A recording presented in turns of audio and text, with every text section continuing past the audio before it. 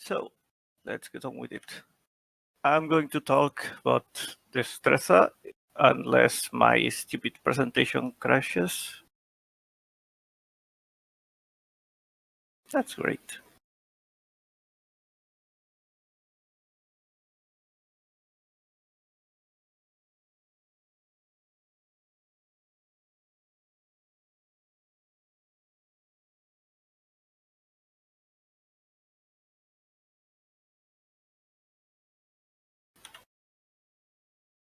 Can we try again?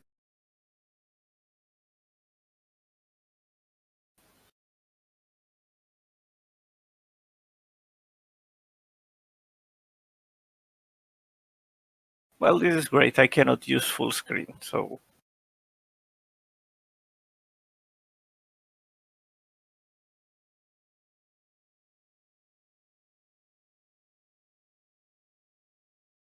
we'll have to do it like this. Anyway, so I'm going to talk about applying Destreza to other weapons other than the rapier. And a phrase that is from some treatise I can't remember. I tried to check where the phrase is from, but I couldn't find it. It is that the Destreza is the science of use of all weapons. And I've chosen this nice image here from Mendoza, since we have a montante, a flame.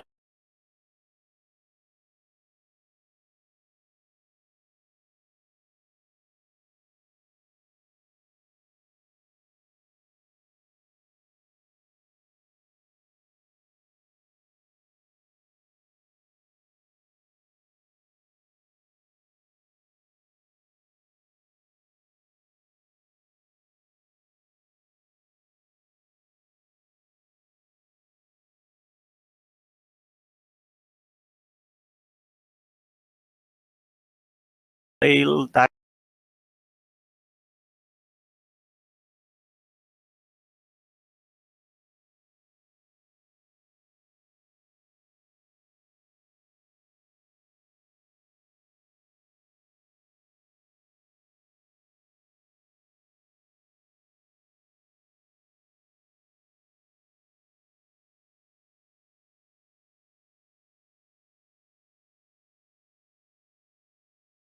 daggers and rape air, or whatever you want to call it, which we call the Central Catalonia. I'm an ICT engineer, I'm not an historian, so any bad history is my fault. I'm not qualified for it. Unless someone wants to know more about my life, let's continue. So this is the claim. La destreza verdadera es la ciencia del uso de todas las armas, which is what I said. The true skill, or destreza verdadera, is the science of use of all weapons. So we'll begin with the easy things. Is it a science? There are some definitions of science that it fits, like this one. A systematically organized body of knowledge on a particular subject. This fits Destreza pretty well. We can argue about how good the science is, but it's the 17th century, so it's a bit dated by now. This is the interesting bit. Does it really apply to all weapons? Well, what's in the books has some general ideas, but overwhelmingly focuses on sword alone, or rapier, and particularly swords with good hand protection. There is not much concern about protecting the hand or the arm. We trust the sword to do this for us just by extending the arm. There are some weapons which get attention, which are mostly dagger. This is the one that's commonly found on any treatise that that has other weapons. Also buckler and rodella or rotella, cloak, but they're pretty much treated the same. There's barely any difference. And maybe you're hearing the dog, I hope not. Now, we have some authors which deal with some other stuff. I don't know them all, I haven't read them all. I know Vietma has at least a chapter on dagger alone, which actually has pictures, which is, I believe, the only one to depict anything but rapier, but I may be wrong.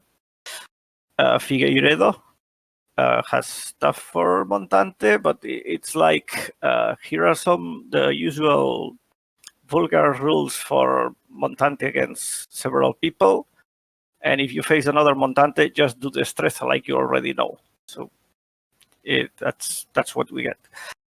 And we have Pacheco in Nueva Ciencia, who has quite a few actually, but it's like one page for each and very specific things like how you shall fight the Montante with the sword alone, or how you shall fight the halberd with the Montante, or how you shall fight against two swords.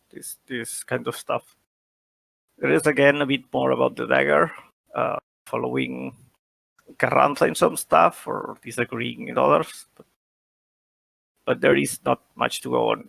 He also has, I believe, the only Destreza mounted combat, which is a lance and adarga, which is a Spanish shield with a peculiar shape.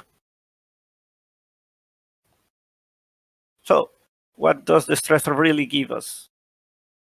We get a nice bit of theory. We get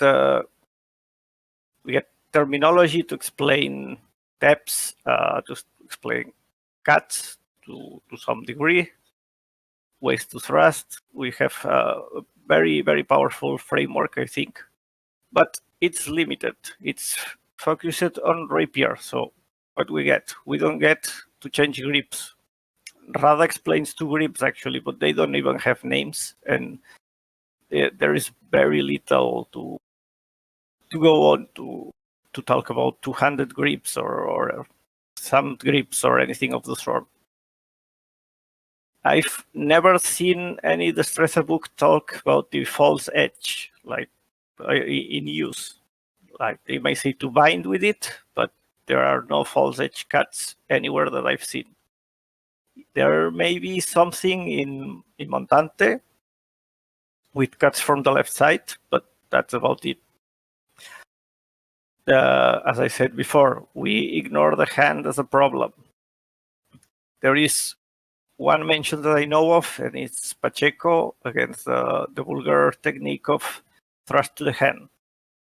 And that's all that he says about it, as far as I know.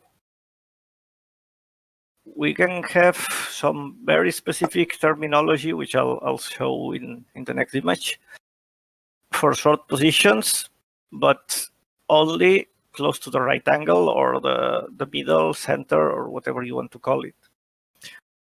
We have very specific footwork diagrams, which tell us where we should be to deliver which wound, how we should move to do certain things. But it's only for the rapier, and it's only for a certain size of rapier. If you have a different size of rapier, sometimes they'll tell you the circles should be smaller or should be bigger, but we do not have much to go on where we should place the footwork in that case. And there is almost no mention of hand-to-hand combat. Rada has some throws, but that's it. And they're just, you grab him by the neck and throw him to the ground. There is nothing else that I know about in Destreza. But what this leaves us is with a practical side that we can pretty easily adapt to other thrusting weapons. But more cut-focused weapons are not very, very well explained by the system. So here is what I was talking about. Rada gives us this system of coordinates, so to speak, for the sword and for the arm, which allows us to say in, like, if we are in the what he calls the first pyramid, is the small one with the point in here, then we say that the point or the sword is in line 2 of the first pyramid, or line 2 of the second or third pyramid, and the arm has its own pyramid also. These are obviously cones actually, and he acknowledges it, but he calls them pyramids for some reason. This is like a compass. Like we have 2 instead of north, 3, 4 would be east, etc. He also gives us a system of horizontal planes, so we can talk about height in detail. If you check, we have one at the shoulder level, which is one of the older ones. It's the plano superior or superior plane.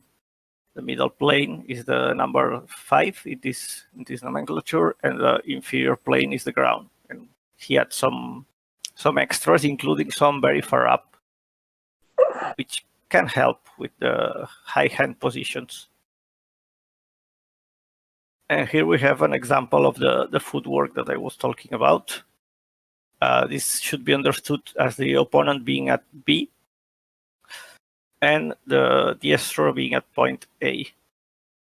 And these are various positions to do various things. Usually you'd move from A to D or to C, and from there you proceed to one of the other footprints and do whatever fits the position. In this case, for example, if we go from A to D and then to G, we can continue to R or I, depending on which foot you want to look at, and this is for the disarm, for example. So this is very precise, but as soon as the sword sizes change, this diagram is not as useful. We can get some rough idea, but it has limits. And this is a similar diagram. The previous one was from Rada. This one is from Pacheco. And again, we have, in this case, less information since we have less references of where the feet are. And you will see that some of the steps look pretty impossible, which is this. This was actually drawn by Rada. It's missing from the book. Yes. Oh, so I heard someone. But, these steps are pretty wonky, and it's something that's breaking our heads a bit in the Destreza community. But that's what he said they should be. This one is actually the easy one, since this is a second intention thing. When they turn around, and you take advantage of that, so it's not as long as it looks in the picture. So what do I use this for? I use this in Viking reenactment of all places. But it's a very special context. The focus is on having evidence for the gear we have. Archaeological evidence, not conjecture or maybe a dubious picture. So this means we use very little protection, and we have a limited target area, which is like the foil target area, just from the groin to the shoulders, and we have the sides for weapons which cut, so axes and swords. It's pretty easy to apply rapier technique to polearms, at least when you're thrusting. And since we're using low gear, even two-handed axes are used in a pretty thrusty manner, even if you will tap them after the thrust with a kind of cut.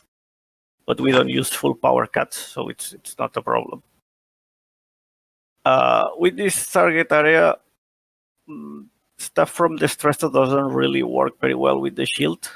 Everything is covered behind the shield. You have to look for ways around the shield.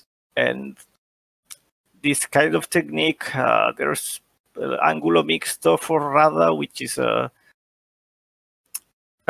curved thrust, I think Daniel likes to call it. It's when the sword is pointing one way and your arm in the other way.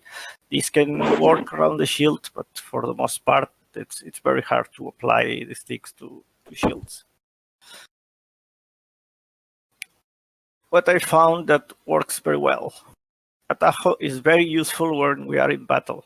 I tend to use two-handed spears, and I can use my spear to put a Tahoe on any other polearm on the line. I can protect my allies. I can find someone who I know is especially good and try to prevent him from doing anything useful. I like using winged spears because they allow me to use what we could call an improved Tahoe, since it moves the kilons close to the bind.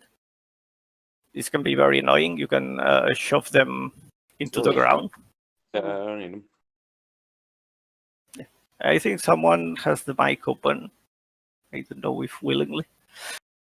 And we have the 4 generals, which is are 4 techniques or families of techniques which involve spiraling motions or moving the sword in a circle, which is very useful for 1 versus 1, or when you are in the line and you face someone with another polearm in front of you.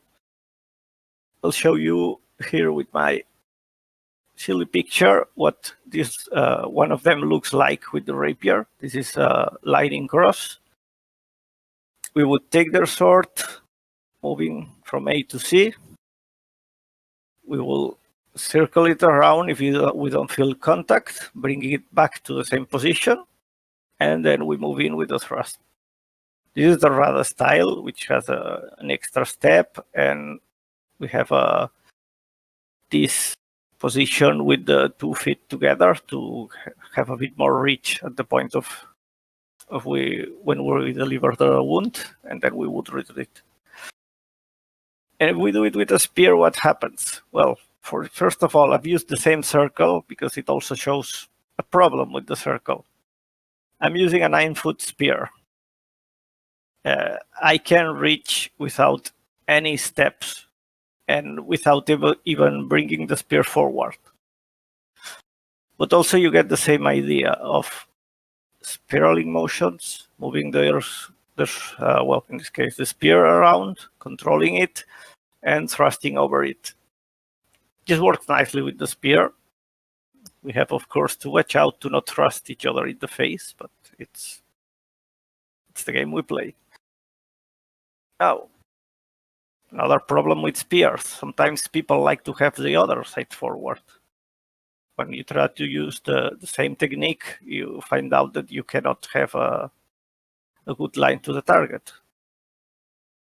So what we can do is use another of the generals. In this case, it's weakness under strength, which takes you from that position, using a spiraling motion, throwing their spear or whatever weapon to the side, and bringing your weak under their strong to be ready to thrust as soon as possible.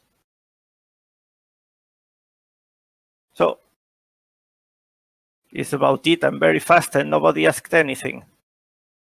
What we get for conclusions? We could have an universal fighting system. Yes, I guess a theoretical framework could exist. Do we have it? Sorry, I cannot write. There. What's in the books is not that. We have books that tell us how to fence with rapiers and a few other weapons, and in not much detail. They may claim that it's the theoretical ideal Destreza is the science of use of all weapons. Maybe it's true, but what we have in books is not that.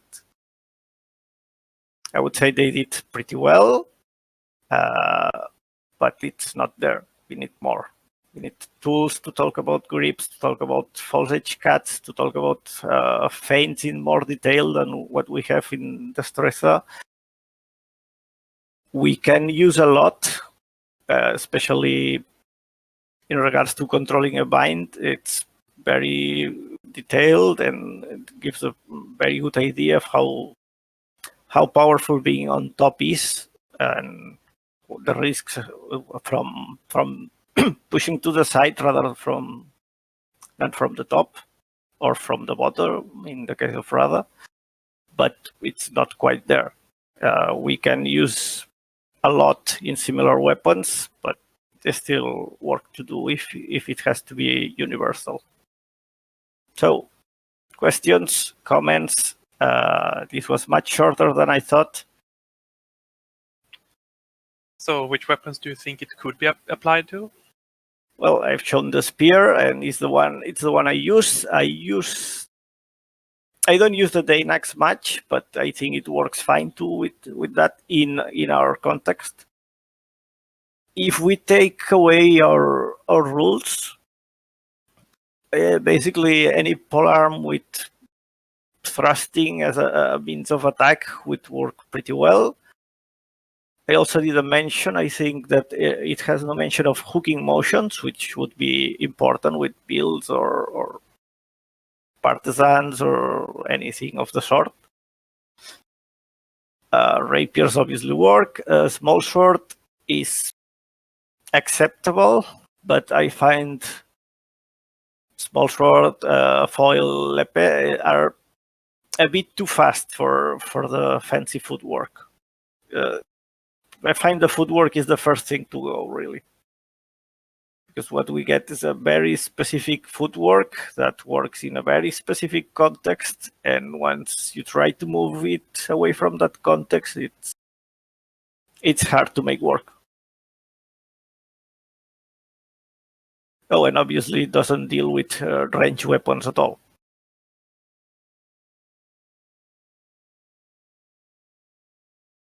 So, anyone else? Any comments? Yeah, well, I have a question. You mentioned false edge cuts and other specifics to certain weapon types a lot. Do you think that's an essential part of the? Does it will false edge cuts actually be on the same level as a Tahoe in a technical perspective?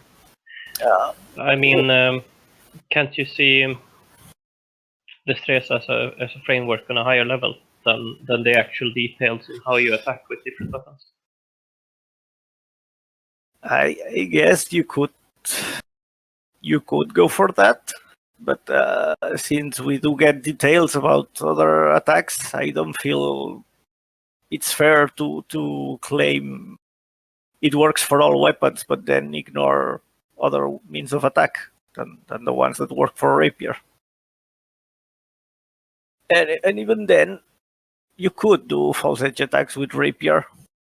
I feel like the under the arm, for example, maybe not. It's not a great wound, but and it's something that it's not in the system. But no, I'm just going along with this. But if isn't it so that the text spend quite a lot of time arguing why certain actions are not in the system and why they are, such as why is this a vulgar technique and why is this a true technique? Yes, and that certainly helps with anything else. Like as I said, you can apply it to similar weapons. I can take a long sword and try to understand what I'm doing with Destreza. Yeah. And so, I mean, the real question is, wouldn't the same arguments be applicable to any weapon? You could argue, according to the same principles, that if you are working with a halberd, then such and such will be true techniques and such will be vulgar. Yes, I guess they will change by weapon, and yeah, certainly there's a lot there that should help us argue if it's true or false. But I just find it also centered on the rapier that you can't claim it's universal and then only explain how things are true for the rapier. For at least that's my opinion. Sure. You could certainly do the same for other weapons. So, but my take is that even if you could, and it's a good effort, so to speak, we're not there. At least what's in the books is not there. If it should be universal, certainly. we'll need someone to do it. Yeah. If it there should be a manual on it or something. Yes, that's like I can claim the theoretical perfect Destreza as universal. Great, where is it? Well, I don't have it, so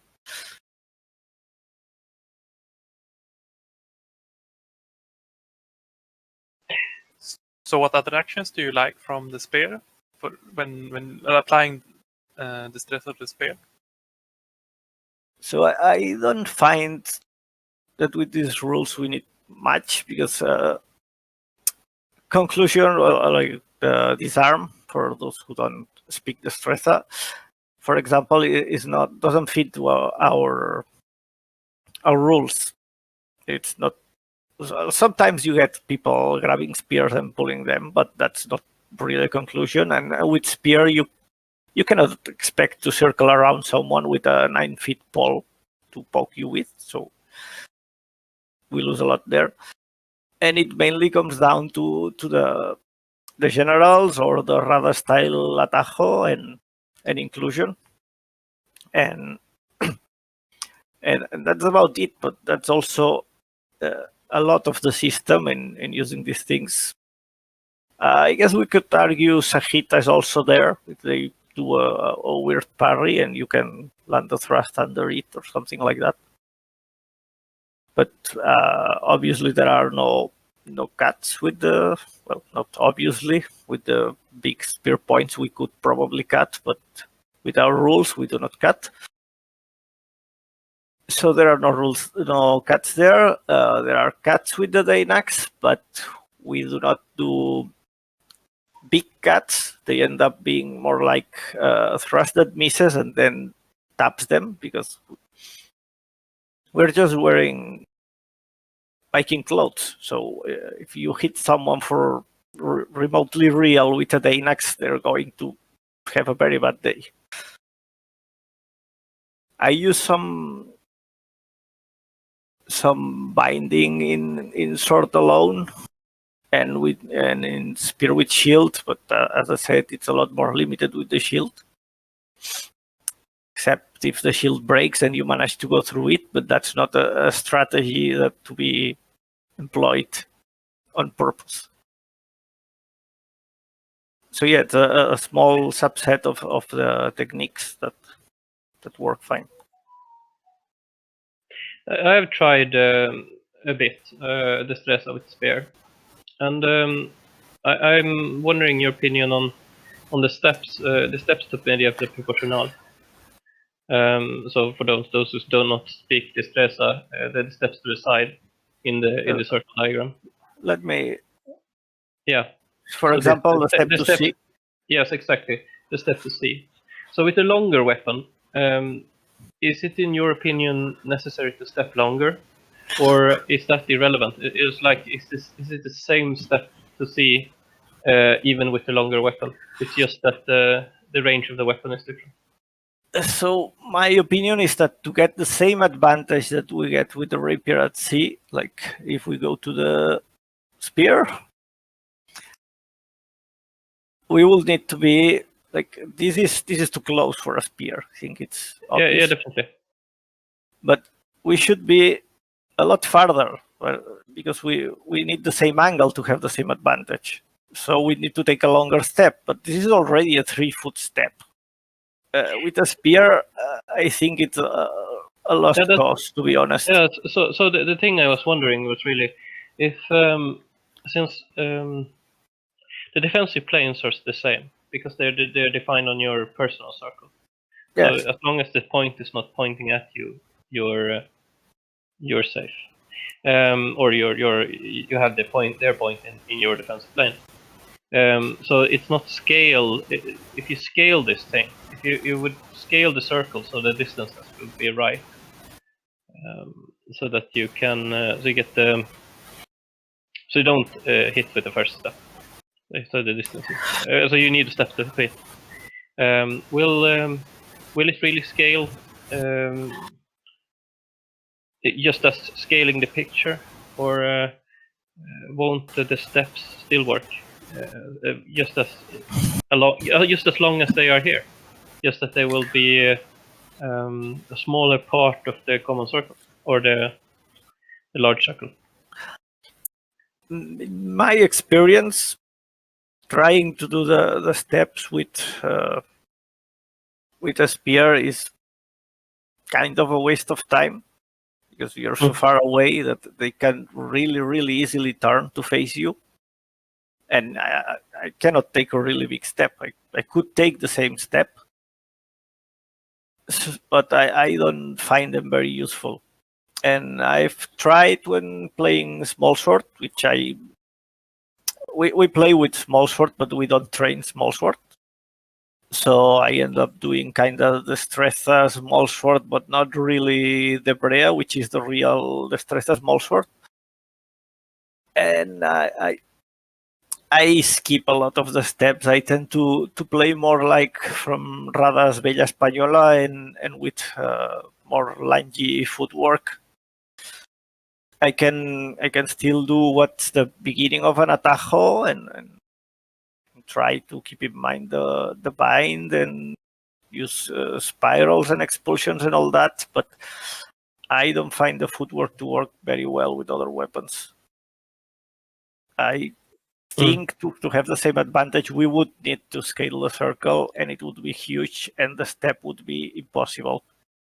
And if you take more than one step to reach proportional, which is already difficult with this step, without them turning, it's pretty much impossible, I think. And also, our context is battles very often. And when you are in a battle, you don't have the freedom to step around people. Usually you have some of your friends to each side, or maybe you are at the edge of the battle and then you have a fence or something. So I tend to go more with wider stance and play with the body weight forward, body weight back, maybe a bit of a step forward. And that's how the footwork works for me. It's closer to what he mentions in how to deliver the wounds in one step. Sorry, that's Rada who mentions that. If I don't say anything, I'm talking about Rada. And maybe I'll do a bit of a step a bit to a side or a bit to the other, but that's about all I can do with the spear. I don't think trying to step aside works very well. And the same goes for small sword. I think it's how fast the weapon is versus how long the step takes is the problem. If it was maybe halberd versus halberd, which is heavier and a bit shorter maybe than the spear, maybe we could have more time to step and make use of it. Yeah.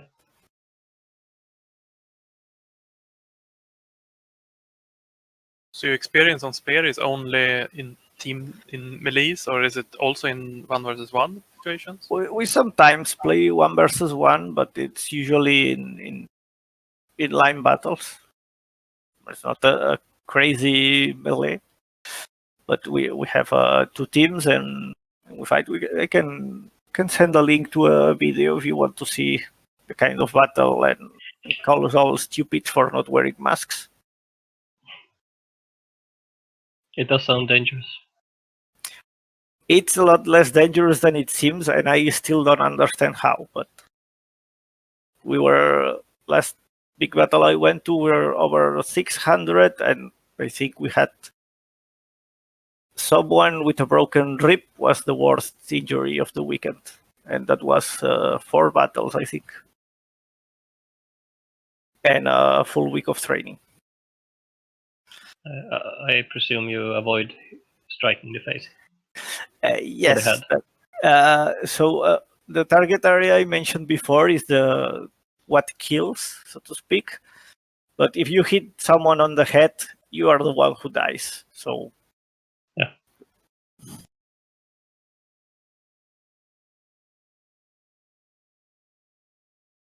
So, anyone else?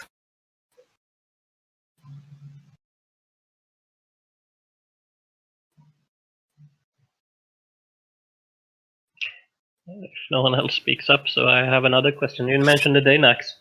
It's definitely not a trusting weapon. It's not well. We could argue about this. Some shape of axes I would really not like to be thrusted with, but sure. We treat it as a thrusting and cutting weapon by the rules we use in in the places. Is there even a point on the Dynex? Well, not on the ones we use because we don't want to die, but there are pretty, let's say, horny ones which have a big spike, horn, or whatever you want to call it. Oh yeah, I understand what you're talking about. So yeah, I think you could thrust with them. There are also very flat axes, which I appreciate my opponents using because they hurt less and we don't wear protection. And I see Rai or whatever. I don't know how to pronounce your name. How can you remember this to apply it? Well, it's easy. You don't have to remember this in combat. You use this to learn the proper positions and you train, and then when you fight, you just use the proper positions. You don't need to imagine lines on the ground and step on the right line or anything like that.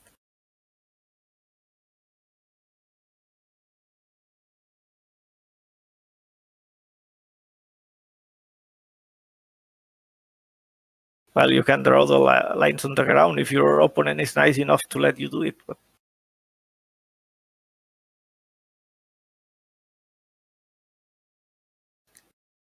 I don't know what Pacheco would think of this. Like, I could see him going, just tap him while he's drawing on the ground, or getting angry that he's not getting to draw the lines.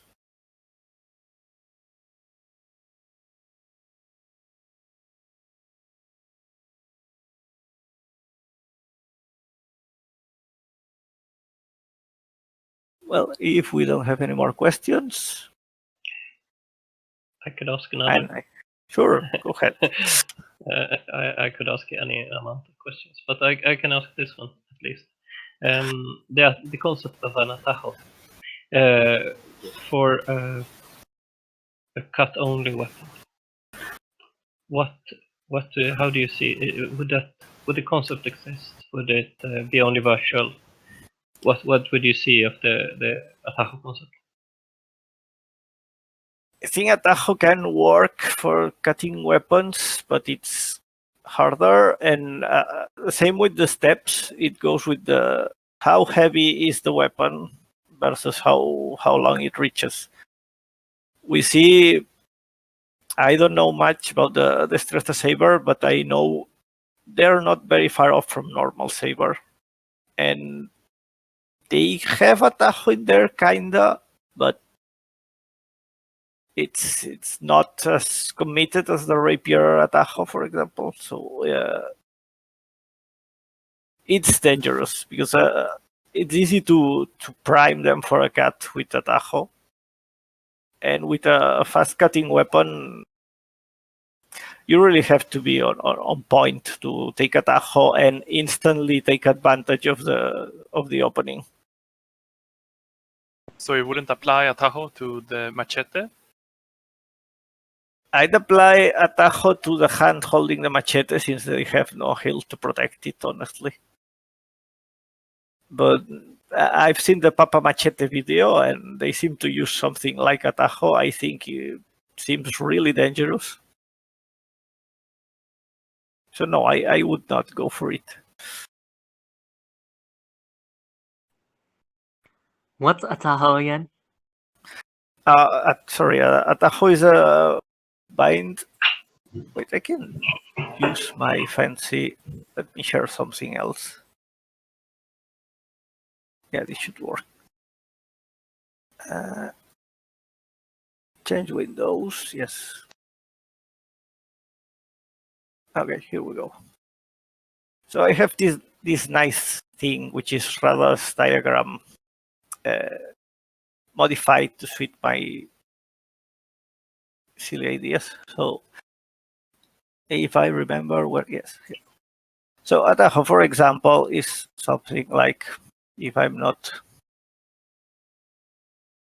sorry, I don't know how to work my own programs.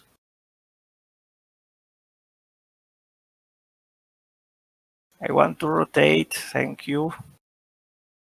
Oh, I don't want to move the point. Why am I moving the point? Here we go.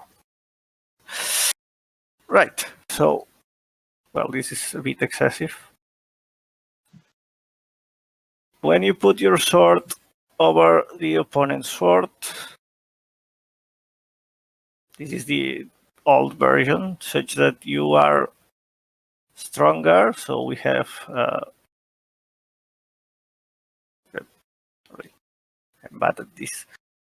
Well, this is too much. Okay, about here. So we have the white sword over the red sword. The white sword is closer to our strong and to their weak, so we are controlling. So this is more or less an atajo. The old style atajo has to be from above. Rada has both from above and from below. And if you're curious, all these are the places to wound from Rada, which include even some that are not in the other picture, since he mentions them but didn't include them. So basically, Atajo is a strong bind that gives you an opportunity to wound and denies it to your enemy, at least in an immediate action. So what are the requirements for an Tahoe? You want the good old Ettenhard list of I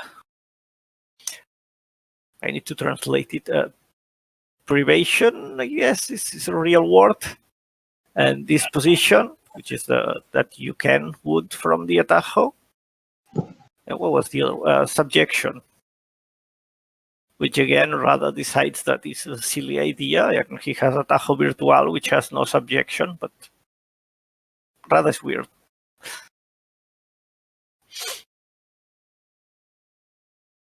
Yeah, something like this could be the beginning of an Atajo. Then you could take the step and drag their sword with you.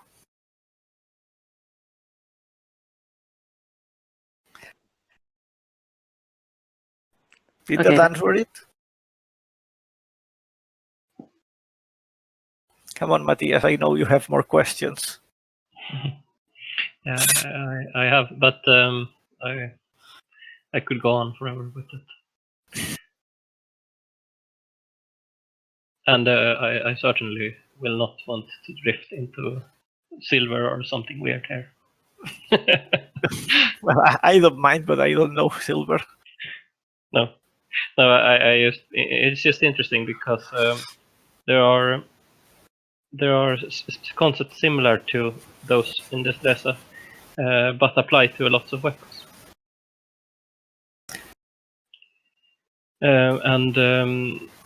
There, as I interpret, silver, he has concepts similar to subjection and Tahoe with the true face and such. But he applies it to all kinds of weapons. Of course, he also uses only mainly the sword to describe his techniques.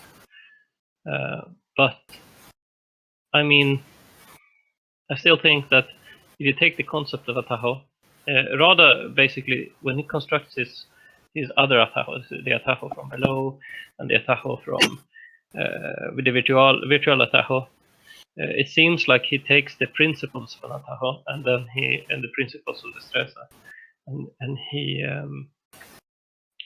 basically says that if these principles are what makes an Ataho, then why doesn't this also make an Ataho? Or something like that. This creates this situation that allows me to do what an Ataho does. And you could use maybe that for other weapons. If you just start from the principles instead of starting from the rapier implementation. So you start to see, like, so you're fighting with an axe. What is an Ataho trying to achieve? And how do you, according to the principles, achieve this? And if you do this with a different type of weapon, with a longsword or with a with a spear or with something, then you could maybe say that, well, maybe this is an Tahoe if it fulfills the criteria that goes into an Tahoe, even if it's something completely different. If you I guess. that's just a conjecture. No, I guess you could make this argument, and I think it's a fair argument. My main thing here was that while this could be done, it hasn't been done. But yes, I think this is a fine approach. But you have to consider: can a Tahoe exist for that weapon? Is also a good question, I think. Because here in Spain, we've been trying to do a Tahoe with longsword for a long while, but I don't think it's working very well, for example. Like a Tahoe gives you that extra decision point, I think is kind of the idea with it. That you first take the bind and then you get to decide, instead of not taking the bind and deciding that you're going to do whichever attack directly. Are you familiar with the straight parrying of Meyer? Yes, well, vaguely. But do you think it fits a Tahoe? I think it's the same thing, basically, and Sprechfenster in Paul Hausbuch as well. There's a huge difference in execution. You would take the hilt away from center instead of taking the point away from center. So that's almost the opposite in execution. But it seems like they're trying to do exactly the same thing. The things with being closer to wound is mentioned in Paul Hausbuch and so on. How Meyer describes how you work with straight parrying in the bind, and the actions that come from it when the opponent tries to go under the blade and so on. It seems, I think it seems similar, but that's just my opinion. I think a problem with this is that the objectives of a Tahoe are kind of the objectives of all fighting. All fighting. Like, you want to wound and not be wounded, so you want to be in a position where you can wound and the opponent can't. With the first but the thing is, if you just go by that, like, every good technique is a Tahoe. Like, well, not quite, but I think you get my point. That it kind of loses the meaning if you expand it too much. Yeah. I mean that's why I mentioned it to a place, and because it's defined in the same way. It means when you can wound the opponent and the opponent cannot wound you in a single step. Well, that's well, if there's a step, maybe not. But of course, if the opponent goes around your sword, then they can wound you. In the same with the Tahoe. If they go around your sword, around your hilt, then they can wound you. But then you can follow. Yes, and I think actually Silver has the True Cross, which I believe may be very close to a Tahoe, but I'm not sure. Yeah. But the true place, I think, is closer to what we call medio proporcionado, which, for those who don't know, are all these feet in orange and yellow are medios proporcionados, and so are these. Yes, you're right. I mean, it's the Tahoe plus proportional, because you can't wound from another distance. Absolutely. But let's see if I have some more related question.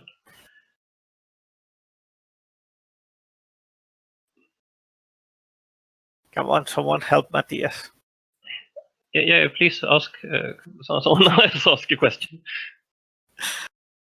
Is there an opportunity to apply Destreza to unarmed combats? It's funny that you say that because we had a lecture about that by, I think his name is Aleix Basullas. I can share the link later if Pac has uploaded it already. But Pac Curtis is running some Destreza lectures every week, and the last one was someone who has done just that. I have not done that, and I've been a Taekwondo green belt for 25 years, so you can guess that my experience is not very great with hand-to-hand. Which means I was a green belt at 8 or 10 or something, and they stopped completely. Not a question, but I think your program looks really cool. Did you make it yourself? Well, I didn't make the program, but I certainly made the picture in the program. Yes, the picture. I've posted it in the Destreza channel sometimes, but it works nicely to show stuff like this. But yeah, usually you want to remove the feet because they're just confusing to people.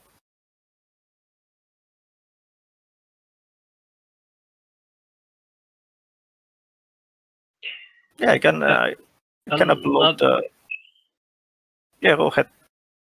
Well, the Tahoe gets a lot of focus in RADA, the primary focus maybe. But the earlier sources, they work more from the Generales, isn't it right? But the Generales becomes actually more primary than Tahoe. So the thing with Rada is that he kind of turns what were the generales earlier into some of the atajos, and then uses the generales, well, the names of the generales for some particular variations of that. So he's weird, and also the difference is that Rada says here are the 8 atajos, and in theory, I don't think he says that one is better than the other. But if you take a look at the list of techniques that he shows for each, you see that Tahoe 1 has, which is the one I've shown here, more or less. It would be take a step to point D after this. That one has, I don't know, like almost 30 techniques. Then Tahoe 2 has like, I don't know, 20. Tahoe 4 has 20 more, and Tahoe 3 has 15, and the 4 atajos from below are not even in the list. So it seems that Tahoe 1 is kind of the best, and Tahoe 1 is the one that is shown in the earlier sources.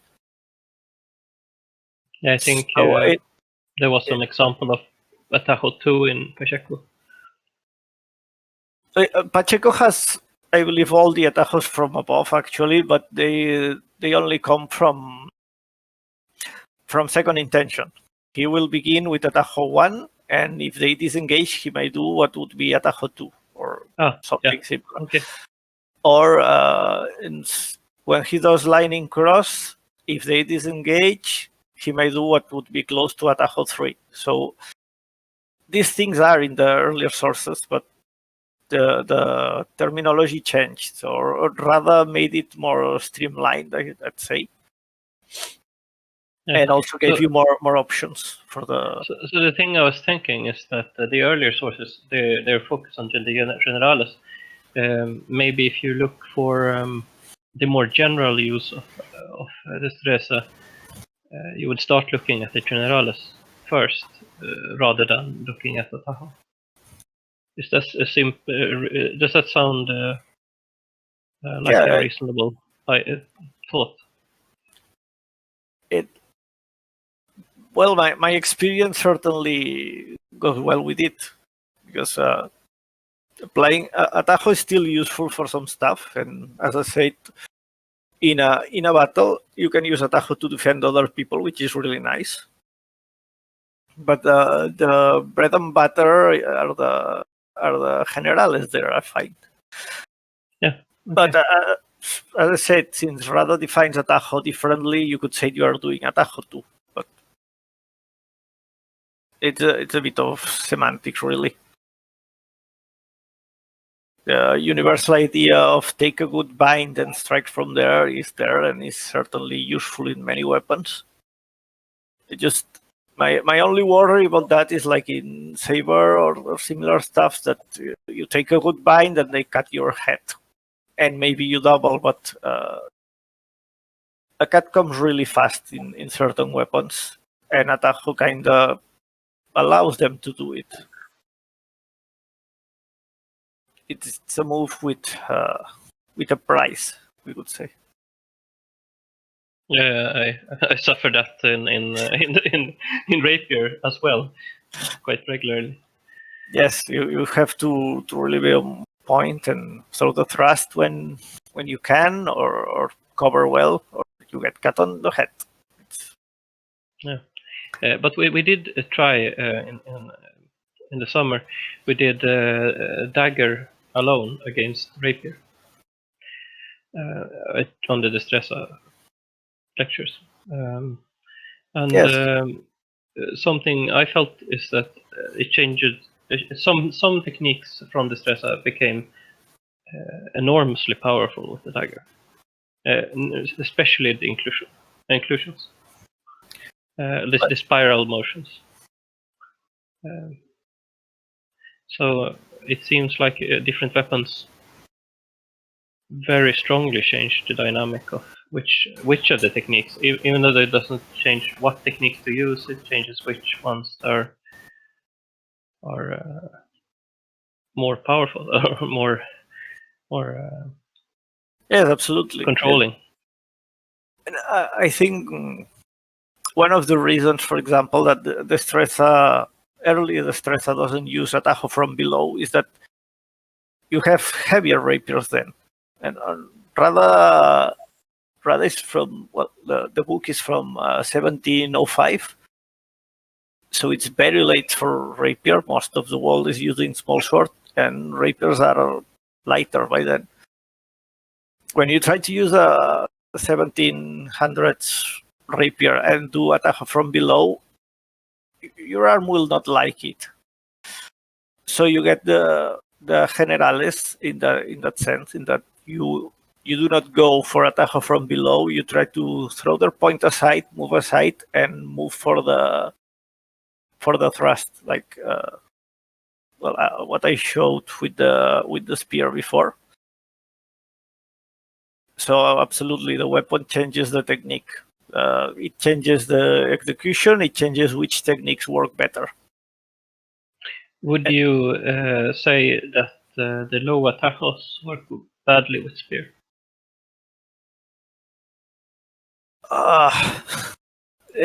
Being two-handed helps a lot, but like if I could thrust people in the thighs or the legs in general, it would probably work pretty well. But as things are, and without Quilons to help me, it's hard to attack safely from there. But again, that is my experience with a particular rule set, which is not full target.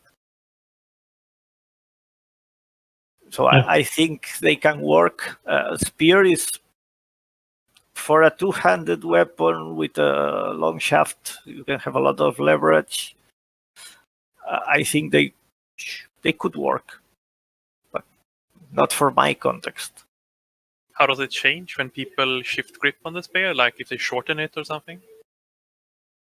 Well, it's like a longsword, really. If you have a long handle, you have a lot of leverage, so you can be stronger in the bind. That's pretty much it. You can be stronger in the bind. It can help you hold it, which with the weight of a spear is not irrelevant. Sometimes we bring the hands together at the bottom of the spear for maximum reach, and you cannot hold anything that way. You throw the spear, the maximum range, hope to land the hit and pull back immediately, because there is absolutely no strength there. So that's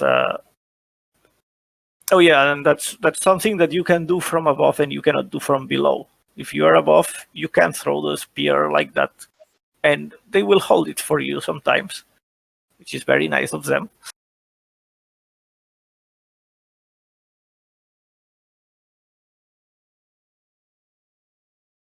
Oh, did Vicky run away? I wanted to ask her about Sibo, since I believe Sibo does talk about Montante or some kind of two-handed sword too. But Yes, he does. I don't remember much of it though. I think he's better at it. Isn't there a Figueiredo source with Montante against Montante? Or is that just a false rumor I've heard? no, what I heard of Figueiredo, I have not read Figueiredo, so I'm going from what information I have, is that he has the old Montante rules, which are like you are in a narrow street and there's people coming from both sides. How do you defend yourself? But then he also has, if you face another Montante, just do Destreza. And that's his advice. I'm sure he worded it more nicely, but... And it's probably his version of Destreza. I haven't read Figueiredo, so I don't know. But what I heard from like Luis was that his Destreza is a bit different than the main line.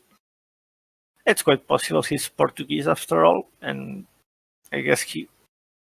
Oh, I don't remember my dates very well to know if Portugal was part of Spain at that time.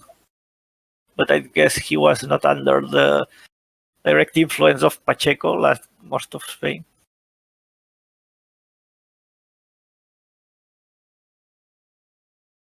It is interesting that both Godino and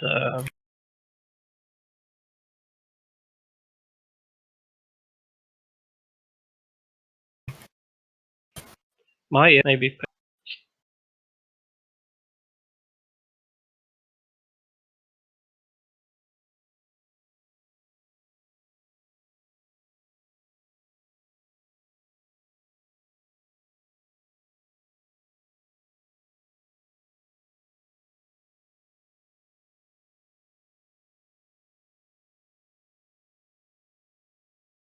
thinks of.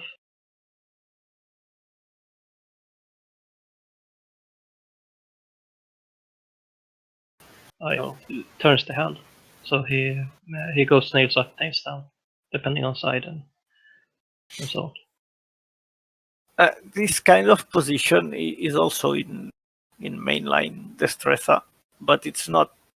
I would not call it a Tahoe. It's like usually would call it movimiento de diversión, and it's usually they're coming for a thrust and they have a good bind on you, so you cannot just put a Tahoe on it. So you do this kind of movement, and usually you cut around or maybe move in under the cover for a disarm or something like that. But division is movement of the division it's not point. The point is not forward, right? You just turn the point aside and push the other weapon away. It's a hanging parry, pretty much. Yeah. Yeah, depends on the degree, but yes, it's not very point forward. So they go with point forward and binding from below? Yeah, I think so. Yes, Godino certainly does it, and Meyer certainly does it. Definitely.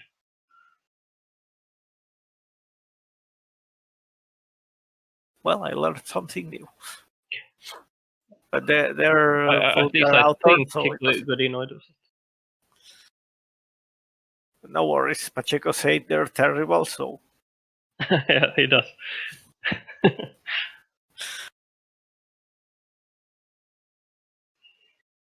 Well, do we have anything else? Mm-hmm.